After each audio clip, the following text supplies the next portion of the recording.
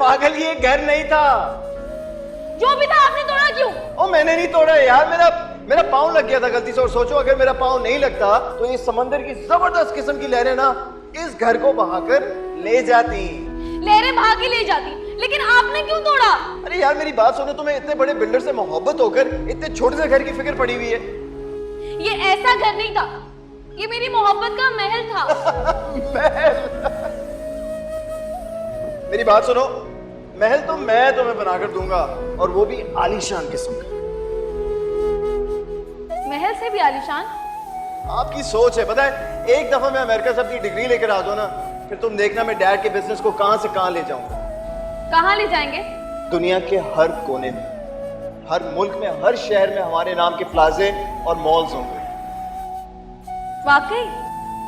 और फिर पता क्या होगा, तुम इस मोमेंट को याद करके ना बहुत हंसोगी। रुके!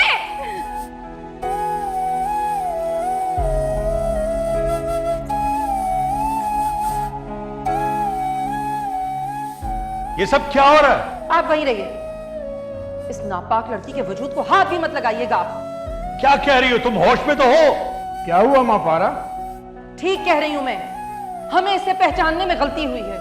अरे छुप छुप कर गुल खिला रही थी और इल्जाम दूसरों पर लगा रही थी। ये क्या कह रही हैं बड़ी बेगम साहिबा?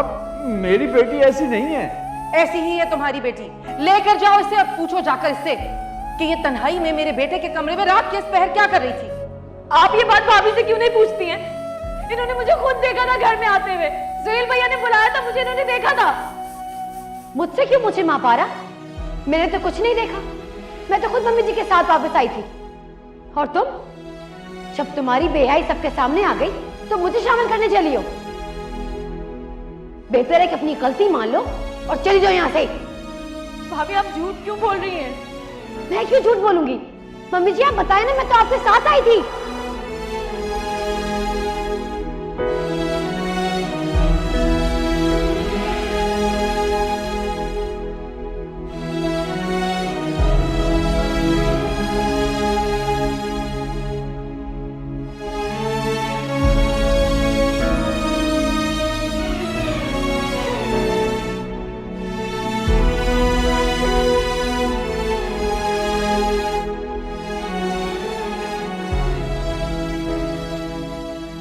अपनी गलती छुपाकर मुझ पर इल्जाम लगा रही है। क्यों भाभी, मैंने आपका क्या बिगाड़ा है? तुम्हें लगता है कि मैं तुम्हें बदनाम कर रहा हूं? बिल्कुल नहीं माँ पारा।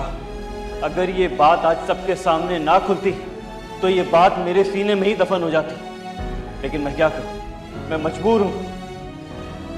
मैं सच्चाई नहीं छुपा सकता। आपको शर्म नहीं आती? आपको शर्म नहीं आती अपना इल्जाम छुपा के? खबरदार,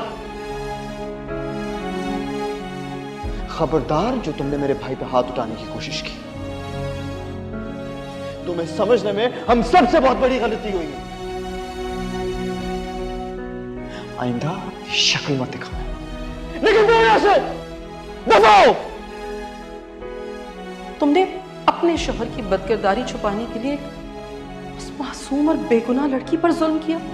कैसे कैसे मिन्नतें कर रही थी वो तुमसे, अपने अपने बेगुनाह होने की गवाही मांग रही थी तुमसे। लेकिन माँ पारा उनकी जिद थी और वो उसे किसी भी कीमत पे हासिल करना चाहते थे।